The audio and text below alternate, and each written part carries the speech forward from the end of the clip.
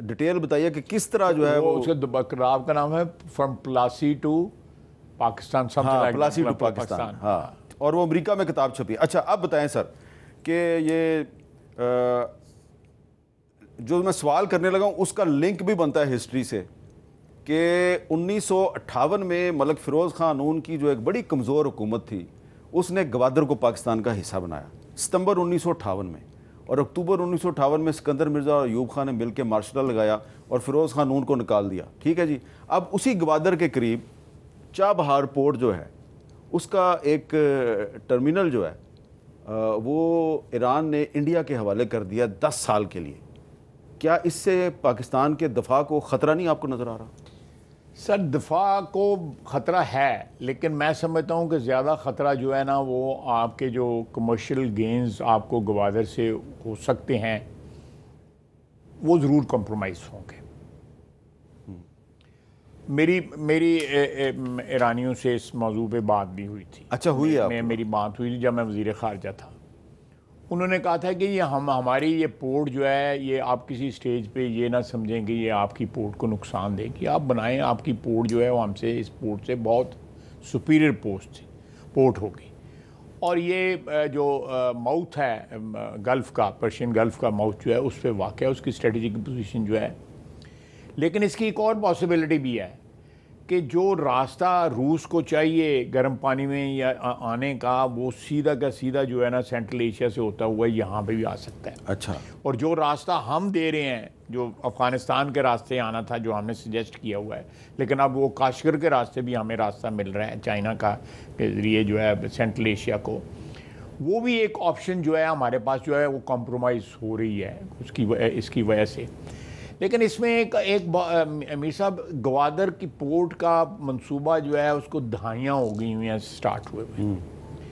Karachi port میں ایک اندازے کے مطابق 4000 ارب سالانہ جو ہے نا اس کی کرپشن ہے. 4000 ارب. یہ سارے جو مافیا جہاں جہاں بیٹھے ہوئے ہیں کوئی آلٹرنیٹ اگر کوئی پروجیکٹ سٹارٹ ہوتا ہے اس کو بند کروانے کی کوشش کرتے ہیں. اچھا 4000 ارب روپے کی سالانہ جو ہے, بالکل آپ ویریفائی کر لیجیے گا, ویریفائی کرنے آپ کہہ رہے ہیں کراچی کا جو مافیا ہے یہ گوادر پورٹ کو نہیں چلنے دے رہا. کیوں نہیں گوادر پورٹ کمپلیٹ ہو رہی آج تک, کیوں نہیں کمپلیٹ ہو رہی؟ کوئی کہیں سے اٹیک آتا ہے, کہیں دہشت گردی آتی ہے, چائنیز جو ہے وہ پورٹ کمپلیٹ کرنا چاہتے ہیں. خیر اب جون میں ایئرپورٹ بھی ان کی کمپلیٹ ہو جائے گی اور بہت سی چیزیں کمپلیٹ ہو جائیں گی. بجلی گھر بھی وہ وہاں پہ ہے. اس کا بلوچستان کی جو اس وقت وہاں پہ علیحدگی پسند تحریکیں جو چل رہی ہیں, اگر وہاں پہ یہ پورٹ کامیاب ہو جائے تو ان کے بھی ایک لوگوں کو روزی ملے گی. اچھا یہ جو تحریکیں ہیں یہ بھی فرسٹ ورلڈ وار سے چل رہی ہیں, یہ پاکستان بننے کے بعد نہیں شروع ہوئی سر, پہلے اس سے بھی پہلے چل رہی ہیں. ہاں اس سے پہلے کی بھی چل رہی ہیں, اس سے بھی پہلے کی چل رہی ہیں. ہمارے پاکستان میں بہت سے لوگوں کو نہیں پتا کہ جو جنرل ڈائر تھا جس نے امرتسر کے جلیانوالہ باغ میں 1919 میں قتل عام کیا, اس نے پہلا قتل عام 1916 میں بلوچستان میں کیا تھا. اس کو شک تھا کہ یہ بلوچ ٹرائبز جو ہیں یہ جرمنی سے امداد لے کے ہماری فوج کے خلاف لڑائی لڑ رہے ہیں. اچھا اب یہ بتائیں کہ اب پاکستان جو ہے وہ ایران کے ساتھ گیس پائپ لائن کا منصوبہ شروع کرے تو امریکہ کو اعتراض ہے. اگر انڈیا اور ایران مل کر ایک پورٹ جو ہے اس پہ 10 سال کے لیے معاہدہ کرتے ہیں اس پہ امریکہ کو اعتراض نہیں ہے؟ آپ اس پہ دوست دشمن کی جو ہے پہچان خود کر لیں. امریکہ پھر ہمارا دوست نہیں ہے. یہ دوستوں والی ہیں باتیں تو نہیں ہیں نا. اب دوست میں ساری دنیا کہتی ہے وہ ہمارا دوست ہے, وہ بھی کہتے ہیں ہم بھی کہتے ہیں دوست ہے, لیکن یہ دوستی والی باتیں تو نہیں ہیں نا جو آپ کا بیان کر رہے ہیں. اچھا اب آخر میں یہ بتائیں اور اس کے علاوہ جو ہے آپ فلسطین میں آ جائیں, ہاں وہ دوستوں والی باتیں ہیں. ہاں بالکل ٹھیک ہے. اچھا عام ہو رہا ہے وہاں پہ مسلمانوں کا. خالد صاحب یہ بتائیں کہ کل کشمیر میں آزاد کشمیر میں جو ہنگامے ہوئے اس میں 3-4 لوگ جو ہیں وہ جان سے چلے گئے. اچھا ہوا کہ آج معاملات جو ہیں وہ طے ہو گئے ہیں, ہڑتال ختم ہو گئی ہے. لیکن آپ نے بھی اس پہ ایک کمنٹ کیا کہ جس طرح پاکستان کا مقبوضہ کشمیر میں اثر ہے تو ہندوستان کا آزاد کشمیر میں اثر ہے. تو یہ جو آزاد کشمیر میں جو تحریک چل رہی ہے پچھلے سال سے, اس کے پیچھے سے آپ انڈیا کا ہاتھ کیسے تلاش کر رہے ہیں؟ پچھلے 2 سال سے 3 سال سے یہ مسئلہ چل رہا ہے, بلکہ 3 سال ہو گئے مسئلہ یہ چل رہا ہے. اور اس میں دیکھیں امیر صاحب یہ آپ کو کوئی راکٹ سائنس کی ضرورت نہیں ہے اس میں کہ انہوں نے اپنے یہاں پہ انٹرسٹ جو ہے ڈیولپ کیے ہوئے ہیں, انٹیلیجنس کے بھی ادروائز بھی وہ انویسٹمنٹ انہوں نے کی ہوئی ہے لوگوں کی. اور لازمی طور پہ وہ چاہیں گے کہ مقبوضہ کشمیر جو ہے جس کا کیپٹل سری نگر ہے اس کی طرف سے توجہ ہٹے اور ہمارا کشمیر جو ہے وہ ایک متنازع چیز بنے. اور یہ کس کا انٹرسٹ سرو ہو رہا ہے جس وہاں پہ جو کچھ ہو رہا ہے؟ مطالبہ جائز ہے, مجھے مطالبات سے کوئی جو ہے وہ اختلاف نہیں ہے, اور وہ مطالبے ہم نے کل حل کر دیے تھے. رات کو وہاں پہ جو کچھ ہوا اس کے پیچھے کون تھا؟ اس کے پیچھے انٹرنیٹ کا شٹ ڈاؤن تھا, کیونکہ آپ کی اطلاع جو ہے ادھر پہنچ ہی نہیں سکی, اور پھر آپ نے رینجرز بھیج دی. میرے سامنے انسٹنٹلی جس وقت فیصلہ ہو رہا تھا ان کو ساتھ کمیونیکیٹ ہو رہا تھا. اور رینجرز کیوں بھیجی پھر آپ نے اس کے بعد؟ دیکھیں وہاں پہ 6,000 ٹوٹل پولیس ہے, 15-20 ہزار کا وہاں پہ مجمع کر رہا ہے.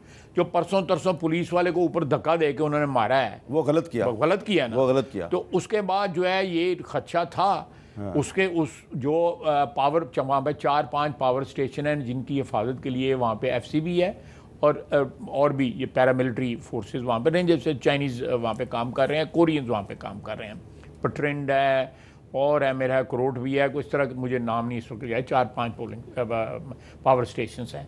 ادھر سے وہاں پہ لوگ جو ہے نا بلائے گئے کہ بھئی کنٹرول کر لیں, یہ شہر میں آ گئے ہیں اور شہر کے اوپر قبضے کا پروگرام نہ ان کا ہو کوئی اس قسم کی. اس وجہ سے یہ حادثہ ہوا ہے اور نہیں ہونا چاہیے تھا, بالکل نہیں ہونا چاہیے تھا. لیکن میں اس میں PTI بھی جو ہے اس پہ کیپٹلائز کرنے کی کوشش کر رہی ہے. ان کا خیال ہے کہ اس ملک میں جو ہے معاشی استحکام نہیں آنا چاہیے.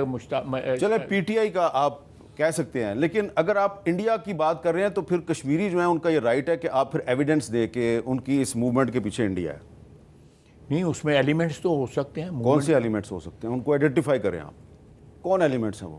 نہیں, میرا آپ کا خیال ہے کہ یہ بالکل کوئی پیچھے. دیکھیں اس کی وجہ یہ ہے خالد صاحب کہ جب آپ ان پروٹیسٹرز کے ساتھ جا کے بات کرتے ہیں تو انہوں نے یہاں پہ جو ادھر جو بیج لگائے ہوئے ہیں وہ لگائے ہوئے ہیں مقبول بٹ کے, اس کو تو پھانسی دی انڈیا نے.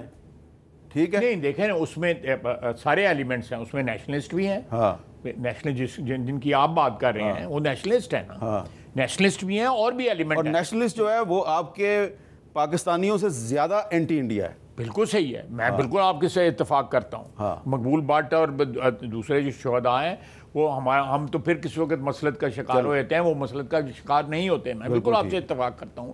لیکن وہاں پہ اشتعال کے لیے اگر کوئی جس کو کیا کہتے ہیں ففتھ کالمسٹ کہتے ہیں, ففتھ کالمسٹ جو ہے وہاں پہ انفلٹریٹ کر جائیں تو یہ کوئی آپ کا رائٹ ہے, آپ کا بلکہ میں سمجھتا ہوں responsibility as defence minister of Pakistan کہ اگر کوئی ففتھ کالمسٹ ہے آپ اس کو آئیڈینٹیفائی کریں.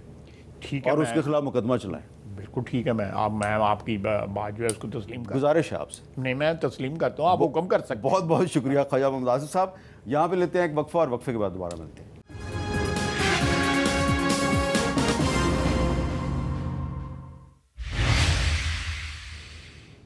کیپٹل ٹاک میں خوش آمدید. آج قومی اسمبلی میں بڑے عرصے کے بعد ایک ایسی جاندار اور شاندار تقریر سننے میں آئی جس میں لگ رہا تھا کہ ایک جینون پولیٹیکل ورکر اپنے دل کی آواز جو ہے وہ عوام تک پہنچانے کی کوشش کر رہا ہے. اور یہ تقریر کی علی محمد خان صاحب نے, تحریک انصاف کے سینئر رہنما, جس میں انہوں نے بہت سے اہم نکات اٹھائے ہیں. تو اس لیے ہم نے دعوت دی ہے علی محمد خان صاحب کو.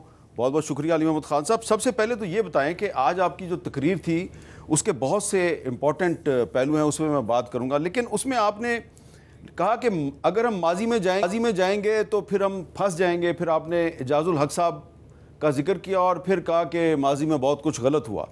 تو اب عمر ایوب صاحب جو ہیں وہ کل اپنی تقریر میں کہہ رہے تھے کہ جن لوگوں نے پاکستان میں آئین کو توڑا یا آئین کی خلاف ورزی کی ان پہ آرٹیکل 6 لگنا چاہیے. پھر خواجہ آصف صاحب آئے, انہوں نے کہا جی کہ پہلا جو ملٹری ڈکٹیٹر ہے ایوب خان اس پہ آرٹیکل 6 لگنا چاہیے, اس کی میت کو قبر سے نکال کے پھانسی دی جائے. تحریک انصاف جو ہے وہ کیا اس پہ رائے رکھتی ہے کہ سب ڈکٹیٹروں کے ساتھ ایک جیسا سلوک ہو لیکن کوئی ڈکٹیٹر اچھا ہے کوئی برا ہے؟ بسم اللہ الرحمن الرحیم. اللہم صلی وسلم مبارک علی سیدنا محمد و آل محمد. حضور نبی کریم صلی اللہ علیہ وسلم کی حدیث کا مفہوم ہے کہ لوگوں تم سے پہلے بہت قومیں اس لیے تباہ ہوئیں کہ طاقتور کے لیے قانون اور کمزور کے لیے اور تھا. جس نے بھی غلط کیا ہے چاہے میرا والد ہی کیوں نہ ہو اس کو سزا ملنی چاہیے. اگر ہم اس پہ آگے کہ ہمارے لیے اپنے باپ, اپنے بچوں, اپنی ماں سے زیادہ اہم یہ سبز لالی پرچم ہے, اس کے بعد کوئی مسئلہ ہی نہیں. ٹروتھ اینڈ ریکنسیلیشن کمیشن کی بات آپ کو یاد ہے خان صاحب نے مجھ سے کی تھی، اور اس میں پھر ٹروتھ بولنا ہوگا، صرف ریکنسیلیشن بغیر ٹروتھ پاسبل نہیں ہے، اور اس کے لیے ماضی کی جو تلخ یادیں ہیں اور جو غلطیاں ہیں اس کو ٹھیک کرنا پڑے گا۔ اس پہ مٹی پاؤ جو ہے شجاعت حسین صاحب والا جو ایک وہ ہے فارمولہ، وہ نہیں ہے۔ اگر ہم نے نیلسن منڈیلا کی ٹروتھ اینڈ ریکنسیلیشن جو بیسیکلی فتح مکہ ماڈل پہ بیسڈ ہے وہ کرنا ہے، تو پھر ہمیں غلط کو غلط کہنا ہوگا۔ جہاں ہم بڑا پرائڈ فیل کریں، آج میں نے اسپیچ میں اس پہ بات کی ہے، بہت سے لوگ اپنے آباء و اجداد کی اچھی چیزیں بتاتے ہیں، غلطیوں پہ بات نہیں کرتے۔ ہم غلطیوں کو کیوں چھپاتے ہیں؟ ہم نے تو نہیں کی نا، وہ انسان تھے، ہم سے جو غلطیاں ہوئی ہیں ہمارے بچوں کو وہ نہیں چھپانی چاہیے، وہ اپنی غلطیوں کو ٹھیک کریں، ہمیں اپنی غلطیوں پہ نادم ہونا چاہیے۔ میرے دادا پیر محمد صاحب، آپ کو شاید پتہ ہو، ہاں، وہ تحریک پاکستان کے مجاہد تھے، کارکن تھے، علی گڑھ تحریک کے مسلم لیگ نون تو خیر نہیں ہے، آل انڈیا مسلم لیگ، اللہ نہ کرے کبھی مسلم لیگ نون ہو۔ تو 47 میں قرارداد لاہور جب پاس ہو رہی تھی تو یہاں سے لے کے گئے، آج میں نے اسپیچ میں اس پہ بات کی، قافلے لے کے گئے، اور بھی بہت سے لوگ، غلام محمد خالد نون کھوڑا اور بہت سی کے پی کے سے لیڈرشپ گئی تھی، پھر سن 47 میں جیل بھی کاٹی۔ لیکن یہ تحریک آزادی کا مجاہد جب سیاست میں وہ آئے آگے تو ان سے ایک غلطی ہوئی، یہ چیزیں ایکسیپٹ کرنی چاہیے۔ میں سمجھتا ہوں کہ تحریک آزادی کے اس مجاہد کو ایوب خان صاحب کی کیبنٹ میں وزارت نہیں لینی چاہیے تھی، یا شورا میں ان کو اپنی پوزیشن نہیں لینی چاہیے، حالانکہ وہ الیکشن جیت کے آئے تھے، ٹھیک ہے۔ لیکن یہاں پہ جب ہم ماضی میں بات کرتے ہیں تو لوگ، میں سمجھتا ہوں کہ عمر ایوب صاحب پہ اگر کوئی کوشچن، عمر ایوب صاحب خود تو ڈیموکریٹ ہے نا، وہ ڈیموکریٹک پروسیس سے آئے ہیں۔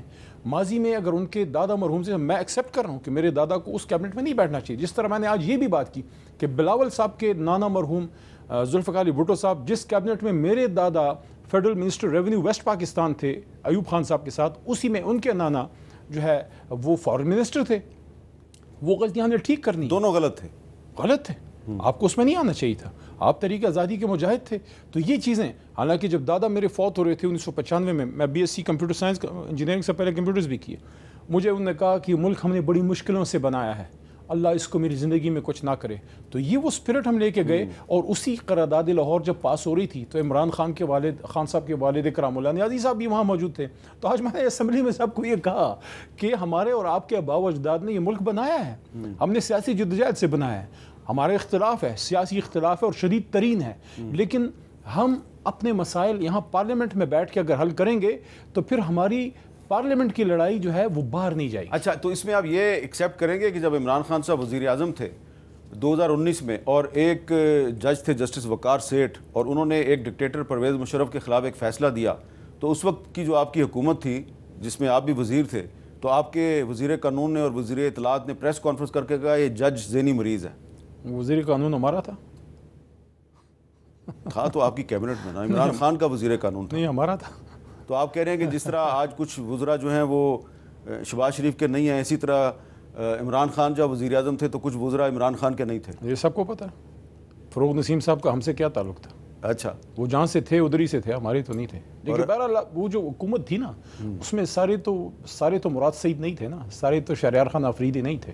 لیکن میں سمجھتا ہوں کہ خان صاحب نے بڑی تکلیف، بڑا کشت کاٹا ہے، بڑی مشکل سے گزرے، اپنے پرائے کا ان کو بالکل کلیئر ہو گیا۔ جیل، آپ کو ایک بات بتاؤں میر صاحب، جیل میں جو جیل کی دیواریں ہیں نا، اس میں ایک آئینہ لگا ہوتا ہے جس میں ماضی بڑا کلیئر آپ کے سامنے آتا ہے، انسان کو بہت چیزیں وہاں کلیئر ہو جاتی ہیں، ایسی صاف و شفاف جس طرح بارش کے بعد ایک فضا کلیئر ہوتی ہے۔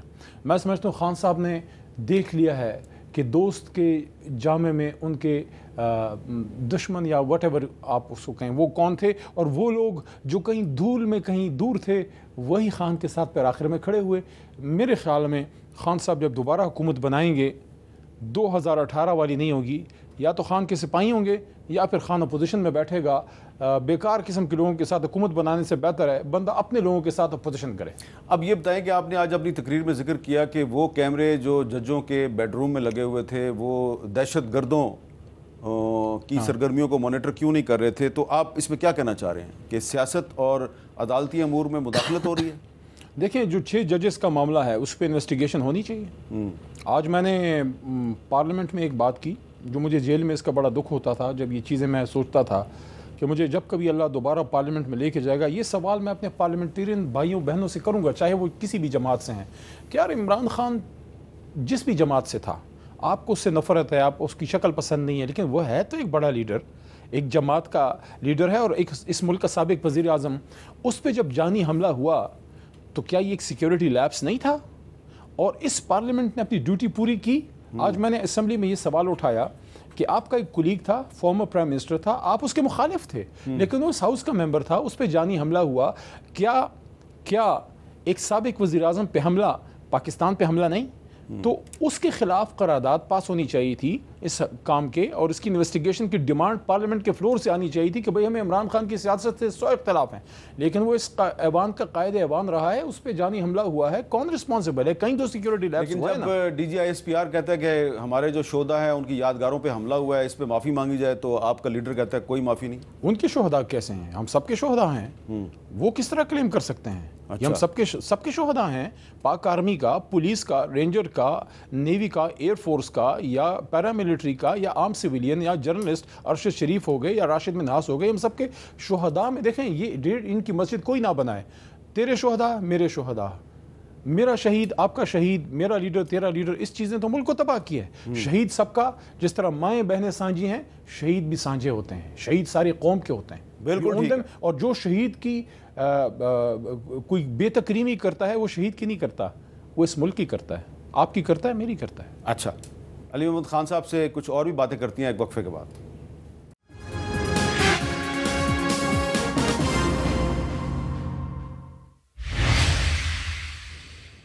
کیپٹل ٹاک میں دوبارہ خوش آمدید. علی محمد خان صاحب سے بات کریں. خان صاحب, آپ نے آج قومی اسمبلی میں جو تقریر کی اس میں آپ نے کہا کہ ہمیں آپس میں بات چیت کے لیے کسی اور کے پاس جانے کی ضرورت نہیں, اسپیکر کی کرسی جو ہے وہ کرے. اس کا کیا مطلب ہے؟ اس کا مطلب یہ ہے کہ ہمیں کوئی دوسرا راہیل فارمولہ نہیں چاہیے. I'll be very blunt, very open. ہم اپوزیشن میں تھے, ہم یہاں ڈی چوک پہ بیٹھے ہوئے تھے, نواز شریف صاحب وزیر اعظم تھے. نواز شریف صاحب کی درخواست پہ, یہ فیکٹ ہے, اگر میں غلط ہوں آپ پلیز کریکٹ کیجئے, سارے چیزیں آپ کے سامنے کھلی کتاب کی طرح ہیں, آپ کو تو بہت سی چیزوں کا پتہ ہے, ساری بتا دیں کسی ایک دن. ساری بتا دوں تو پھر میں کدھر جاؤں گا؟ جدھر جائیں گے مجھے ساتھ لے جانا. اوکے.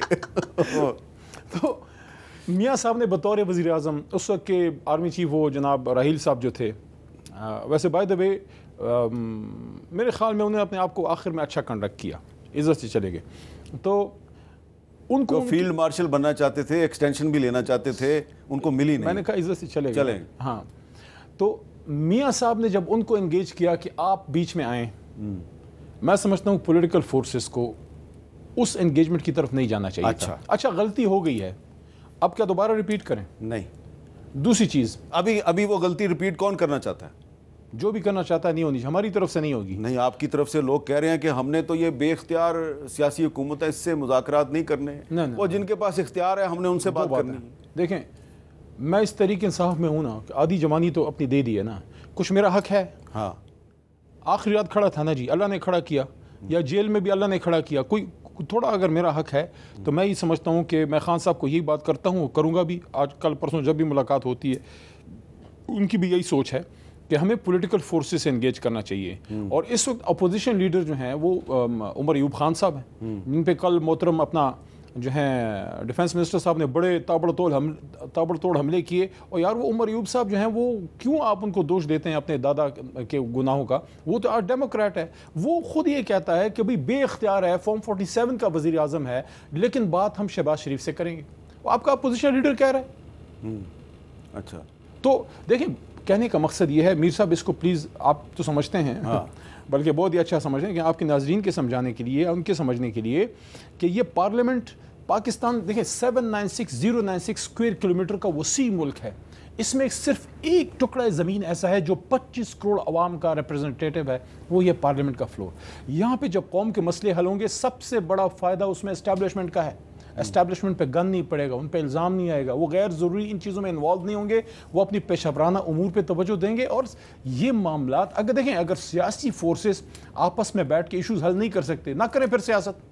دیکھیں, آپ نے اتنا خرچہ ہوتا ہے, ادھر کروڑوں روپے لگتے ہیں, کس لیے لگتے ہیں؟ گالم گلوچ کے لیے لگتے ہیں. ہمارا تو نقطہ ہے مذاکرات میں, نمبر 1 ہے عمران خان صاحب کی اسیران کی رہائی, نمبر 2 ہمارے مینڈیٹ کی واپسی. یہ ہمارے انیشیل سب سے بڑے, اس کے علاوہ تیسرا کوئی مین ہمارا نقطہ ہے ہی نہیں. اچھا, یہ حل ہوتے ہیں پھر آگے بتائیں. دنیا کے جس مسئلے پہ آپ نے بات کروانی ہے کروا لیں گے. پہلے عمران خان صاحب کی رہائی, شاہ صاحب اور ساری ان کی جو ٹیم ہے جو ہماری لیڈرشپ اندر ہے، اور اسیران اور خواتین جو بیچاریاں کتنی تکلیف میں 1 سال سے ان کے بچے بچیاں گھروں میں پڑے گئے، اور مینڈیٹ کی واپسی۔ یہ بتائیں کہ ابھی وزیر دفاع کا آپ نے بھی ذکر کیا تو وہ یہاں بیٹھے ہوئے تھے، وہ کہہ رہے تھے یہ جو آزاد کشمیر میں گڑبڑ ہوئی، ہنگامے ہوئے، اس کے پیچھے تحریک انصاف ہے۔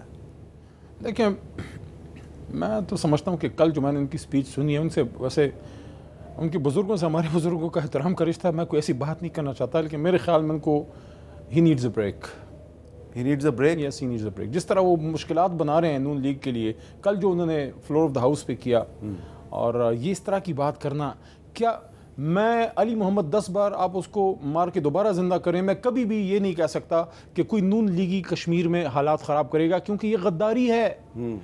میں کسی نون لیگی پیپل پارٹی این پی والے کو غدار نہیں کہتا، میں یہ کہتا ہوں میری سوچ اور اس کی سوچ میں فرق ہو سکتا ہے، محب وطن ہم سب ہیں، طریقہ کار میں اختلاف ہو سکتا ہے، جس طرح ہم ڈیمانڈ کر رہے ہیں کہ آزاد کشمیر کی حکومت ان معاملات کو سویلین طریقے سے، پولیٹیکل طریقے سے آپ اس کو حل کریں، پلیز ڈونٹ یوز میں اپنا فورس یوز نہ کریں۔ اس کو مودی وہاں ایکسپلائٹ کرتا ہے، اس کی ساری ٹیم ایکسپلائٹ کرتی ہے۔ وہ ویژولز جس پہ ہم اتنے چھوٹے بچے تھے، ہم بڑے ہوئے جب مقبوضہ کشمیر سے یہ ساری ویژولز آیا کرتے تھے اور رپورٹنگ ہوتی تھی، وہ چیزیں ادھر سے اللہ نہ کرے ہماری یہ گناہ گار آنکھیں دیکھیں، یہ موقع نہ دیں ہم سب اس کو۔ اور میں تو کل یا پرسوں باقاعدہ آفر کی حکومت کو کہ آپ کو تحریک انصاف جو سپورٹ چاہیے کشمیر والے معاملات کو ٹھیک کرنے کے لیے، سیاسی اختلاف ایک طرف، لیکن اس کے لیے ہم آپ کو آزاد کشمیر میں فل سپورٹ دینے کے لیے تیار ہیں۔ اس کے بعد آپ کا ڈیفنس منسٹر اگر ایسی بات کرتا ہے، دیٹ مینس کہ وہ سیریس نہیں ہے and he needs a break. چلیں، لیکن آپ کو لگتا یہ ہے کہ بریک تھرو جو ہے وہ آگے بڑھنے کا جوڈیشل کمیشن ہے؟ 9 مئی پہ اگر جوڈیشل کمیشن بن جائے تو سب کی فیس سیونگ ہے؟ صرف 9 مئی پہ نہیں، 8 فروری پہ بھی ہماری پٹیشن پڑی ہے۔ 4 حلقوں پہ اگر سو موٹو اور جوڈیشل کمیشن بن سکتا ہے، انکوائری کمیشن 2014-15 کا یاد ہوگا، اس الیکشن کا آڈٹ کریں۔ آئین پہ حملہ ہوا ہے، آئین پہ ڈاکہ پڑا ہے، الیکشن چوری کیا گیا ہے، یا پھر یہ ڈھونگ نہ رچائیں، دے دیں بس گھر سے ہی فارم 47 دے دیں، جدھر سے دینے ادھر سے دے دیں۔ لیکن اگر آپ نے الیکشن کرانا ہے، میں تو محترم چیف جسٹس صاحب سے پتہ نہیں کتنی بار یہ میڈیا کے ذریعے پریس ٹاکس کی استدعا کر چکا ہوں کہ جہاں ہم نے آپ کو اپریشیٹ کیا کہ آپ نے رات کو عدالت لگائی اور آپ نے یہ فرمان جاری کیا یا حکم دیا کہ 8 فروری کا الیکشن پتھر پہ لکیر ہے، کہا تھا نا جی، اور سب نے اپریشیٹ کیا کہ آپ نے الیکشن کو مضبوط کیا ہے کہ بھئی انہوں نے یہ بھی کہا تھا کہ گھر پہ کوئی اور اگر آپ نے کوئی بات کرنی ہے الیکشن کے حوالے سے اپنے گھر میں کریں، باہر نہ کریں، الیکشن 8 فروری کو ہوگا۔ میں نے صرف یہ نقطہ پیش کیا کہ کیا الیکشن کرانا اہم ہے یا اس کا صاف شفاف ہونا بھی اہم ہے؟ اگر صاف شفاف ہونا آئینی ضرورت ہے تو 8 فروری کے جو پتھر پہ لکیر ہے چیف جسٹس صاحب، اس پتھر پہ لکیر کے اوپر فارم 47 کی لیپا پوتی ہو چکی ہے، آپ کے حکم کی خلاف ورزی ہوئی ہے۔ آرٹیکل 190 کے تحت جو ادارے پابند ہیں کہ آپ کے حکم کو امپلیمنٹ کریں، وہاں سے خلاف ورزیاں ہوئی ہیں، لوگوں کے فارم 45 چھینے گئے ہیں، لوگوں کے ڈاکومنٹس چھینے گئے ہیں، لوگ اٹھائے گئے ہیں، کیمپین نہیں کرنے دی گئی، بیلٹ سٹفنگ ہوئی ہے۔ جی بہت بہت شکریہ علی محمد خان صاحب۔ اور میں چلتے چلتے یہ محمد خان صاحب جو ہیں وہ chief justice of Pakistan justice قاضی فائز صاحب کا ذکر کر رہے تھے، تو جب تحریک انصاف کی حکومت تھی تو انہوں نے فیض آباد دھرنا کیس میں ایک فیصلہ لکھا تھا جس پر کہ بعد میں عمل درآمد نہیں ہوا بلکہ ان پر ریفرنس دائر کر دیا گیا، تو وہ بھی وقت گزر گیا، چیف جسٹس صاحب پر ایک مشکل وقت تھا، وہ گزر گیا۔ لیکن اب جو ہے قوم یہ چاہتی ہے کہ جو عدالت کے فیصلے ہیں ان پر عمل درآمد کیا جائے، کم از کم فیض آباد دھرنا کیس کا جو فیصلہ ہے اس پر موجودہ چیف جسٹس صاحب کو چاہیے کہ عمل درآمد کر کے دکھائیں، اور جن لوگوں کو سزا ملنی چاہیے ان کو سزا دلوائیں۔ اجازت دیجیے، اللہ حافظ۔